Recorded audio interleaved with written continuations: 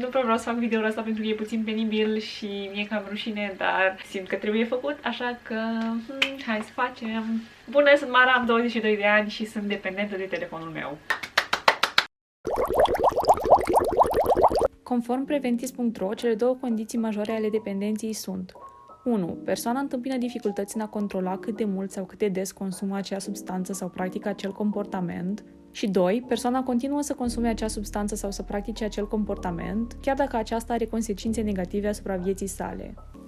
Fac sport, mă uit pe telefon. Fac duș, îmi pun muzică pe telefon. Nu pot să mănânc fără să mă uit pe telefon. Cel mai probabil Reddit. Oricând am o fărâmă de timp liber, în loc să citesc o carte, să vorbesc cu ai mei, să interacționez cu o ființă umană, deschid telefonul și mă uit pe TikTok.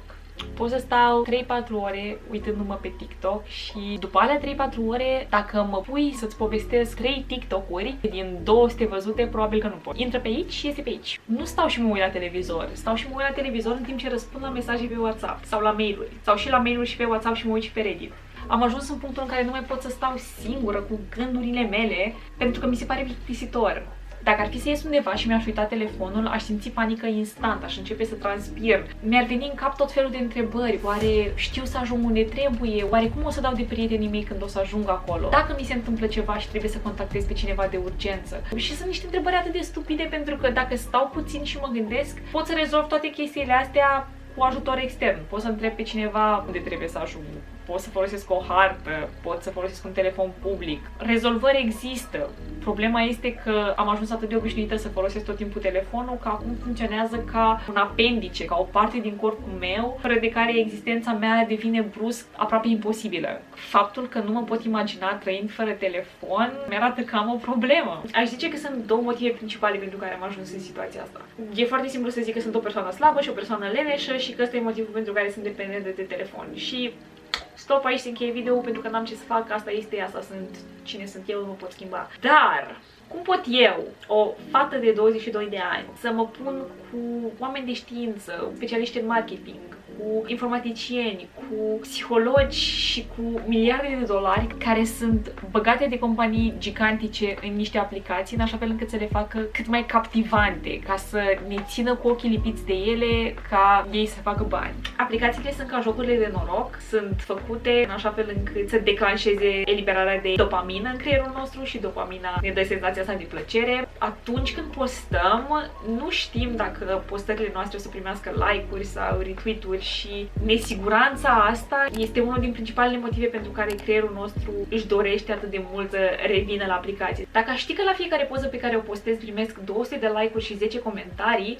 nici n-aș mai simți nevoia să intru să verific, pentru că aș ști că numărul rămâne constant. Dar fix pentru că nu rămâne constant, sunt obsedată și trebuie să mă întorc și să verific și să verific și să verific. Al doilea motiv pentru care sunt puțin obsedată este pentru că am anumit ideea asta că dacă nu sunt prezentă pe toate rețelele de socializare posibile, există ceva ce s-ar putea să pierd. E frica asta de a pierde ceva care în engleză se traduce ca FOMO și care uneori mă controlează complet. E singura chestie la care mă pot gândi. Ca parte din videoul ăsta trebuie să vă arăt care este screen time-ul meu. Screen time-ul meu este de aproape 8 ore. 3 minute până la 8 ore, atât mai trebuia. E rău. E foarte rău. Nici nu vreau să calculez câte zile înseamnă asta dintr-un an, dar o să fac anyway ca să mă sperii și mai tare și să-mi confirm că trebuie să schimb ceva la chestia asta. Calcule foarte complexe mi-arată că pierd 121,6 zile pe an uitându-mă pe telefon. Acum întrebarea este cum rezolv problema asta? A trebuit să vin cu un plan. Și a trebuit să vin cu un plan care nu este făcut de mine pentru că am nevoie de un plan bun. Așa că am citit cartea Minimalism Digital de Cal Newport. În cartea asta el vorbește despre un detox digital de 30 de zile, în urma căruia reintroduci tehnologiile sau, mă rog, aplicațiile de care ai nevoie și pe care vrei să le folosești în mod intenționat. Problema mea principală este că, spre deosebire de cei 1600 de participanți în experimentul lui, eu folosesc aplicațiile astea în jobul meu. Am nevoie de Facebook, de Instagram ca să câștig existența și atunci nu pot să fac detoxul pe care l-au făcut majoritatea, în care pur și simplu își aruncă telefonul cât colo timp de 30 de zile și aia e, după văd eu ce fac. Dar am reușit să modific și să adaptez toată chestia asta ca să funcționeze pentru mine. Newport își bazează detoxul ăsta pe 3 întrebări principale. 1. Susține aplicația asta în mod direct o valoare foarte importantă pentru mine? 2. Este aplicația asta cel mai bun mod de a susține acea valoare? Și 3. Cum voi folosi aplicația asta de acum încolo ca să-i maximizez valoarea și să-i diminuez efectele negative? M-am gândit să iau întrebările astea și să trec prin principalele aplicații care îmi consumă timpul, în așa fel încât la final fie să elimin complet anumite aplicații, fie să modific modul în care le folosesc, ca să am o experiență mult mai bună cu telefonul meu. Principalele aplicații care îmi fac viața mai dificilă sunt Instagram, TikTok, Safari-ul, pentru că caut o groază de chestii pe net, mail-ul, Reddit și YouTube. Ok, să luăm cu începutul. Instagram. Susține aplicația asta în mod direct o valoare foarte importantă pentru mine? Eu zic că da. Unul dintre cele mai importante lucruri pentru mine este să creez și îmi place foarte mult să fac poze, îmi place partea asta de outfit-uri, de modă, de stil personal și simt că Instagram-ul este platforma pentru genul ăsta de conținut. Este aplicația asta cel mai bun mod de a susține acea valoare? Pentru mine, aș zice că da, pentru că nu creez conținut super mega profi și mi se pare că Instagramul este targetat și persoanelor care au un conținut mai casual și care nu sunt așa de profesionale, să zic. Da, o să răspund da și la întrebarea asta. Cum voi folosi aplicația asta de acum încolo ca să îi maximizez beneficiile și să minimizez daunele? Clar nu o folosesc corect. De fiecare dată când fac ceva interesant, primul meu instinct este să intru pe Instagram și să fac un Insta-story. Ceea ce nu mi se pare că aduce niciun beneficiu nimănui. Cine spune că persoanele care mă urmăresc sunt interesate de cea mai mică prostie pe care o fac? Și alea 5 minute cât îmi ia să fac poza perfectă deasupra unui platou de mâncare, clar nu sunt benefice mie. Presupun că cel mai bun mod de a folosi Instagram-ul pentru mine acum și cel care are cel mai mult sens ar fi să-mi stabilesc niște perioade de timp super specifice în fiecare zi în care să verific Instagram-ul și să postez, 15 minute în prima parte a zilei ca să verific mesajele și 20 de minute în a doua parte a zilei ca să postez și să mai răspund la mesaje și să răspund la comentarii. 35 de minute pe zi comparativ cu câte ore consum acum pe zi? O oră și 35 de minute e un început bun. Hai să începem acolo. Și eu o să-mi setez iPhone-ul să-mi trimită o alarmă dacă petrec mai mult de atât. Dar 35 de minute este limita maximă. Adică nimeni nu zice că nu pot să intru decât 5 minute dimineața și 10 minute seara. Ar fi ideal dacă aș putea să fac asta. Următorul, TikTok.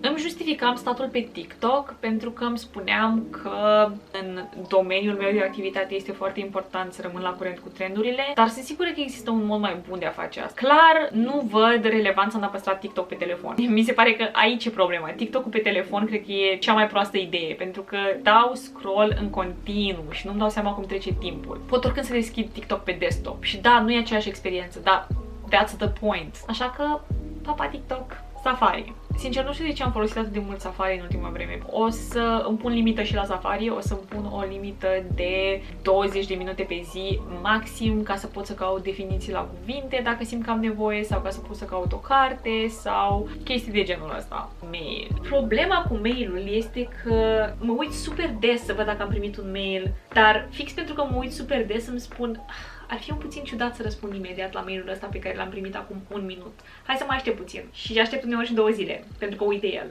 Clar nu folosesc bine aplicația de mail. Și aici cred că cea mai bună idee ar fi să verific mail-ul de 2 ori pe zi. Cred că 10 minute dimineața și 10 minute seara ar fi de ajuns. Deci 20 de minute în total pe zi pentru mail. Reddit.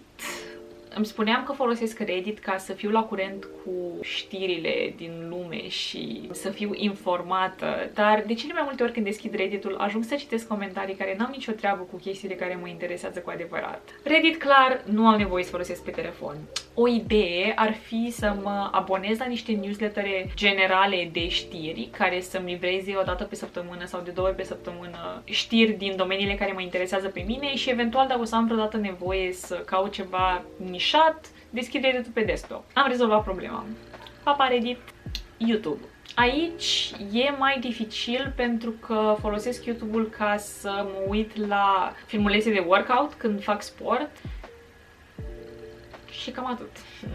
Da, nu e chiar așa de dificil dacă stau să mă gândesc. Așa că o să-mi limitez timpul petrecut pe YouTube pe telefon la 15 minute pe zi și dacă o să am nevoie chiar să caut ceva și să mă informez pe un anumit subiect sau vreau să urmăresc lucrurile făcute de creatorul meu preferat, o să mă uit pe desktop. Și am rezolvat și problema asta.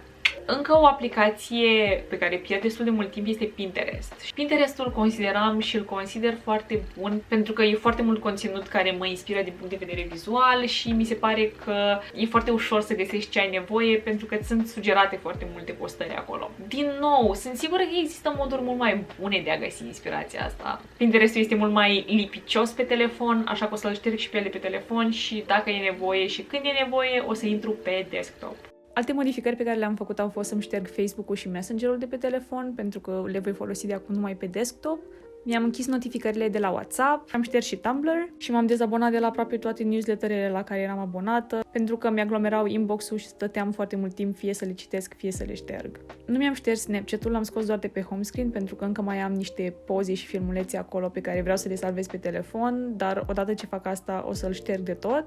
Și cam asta e tot ce am făcut. Cred că cea mai importantă concluzie pe care am tras-o eu este că, da, smartphone-ul poate fi folosit într-un mod super benefic, dar aplicațiile ele în sine, majoritatea sunt făcute să nu fie folosite în moduri pozitive și atunci mai bine îmi șterg cât mai multe dintre ele sau îmi limitez accesul la ele și folosesc variantele de desktop care clar nu sunt la fel de addictive pentru că îmi oferă aceleași beneficii fără dezavantaje aduse de aplicații și sper eu chestia asta o să mă ajute pe termen lung să creez o relație mai non-toxică cu această bucată de plastic, metal și nu știu ce alte materiale mai sunt într-un iPhone sau într-un telefon în general, dar o să le listez aici dacă este cineva interesat. Sper că într-o lună o să pot reveni cu un update pozitiv și că o să pot spune că am atins un punct în care sunt mai fericită cu screen time-ul meu. Dacă o să ajungă undeva în jur de 2-3 ore, o să fiu extraordinar de mândră de mine, dar nu vreau să-mi promit nimic pentru că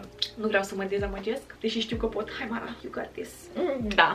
Acestea fiind spuse, ne auzim în DM-urile de pe Instagram, dar doar între anumite ore. Pe WhatsApp probabil că nu. Pe Messenger, probabil că nu. La telefon, call me, dacă aveți numărul meu, dacă nu este un motiv pentru care nu-l aveți și...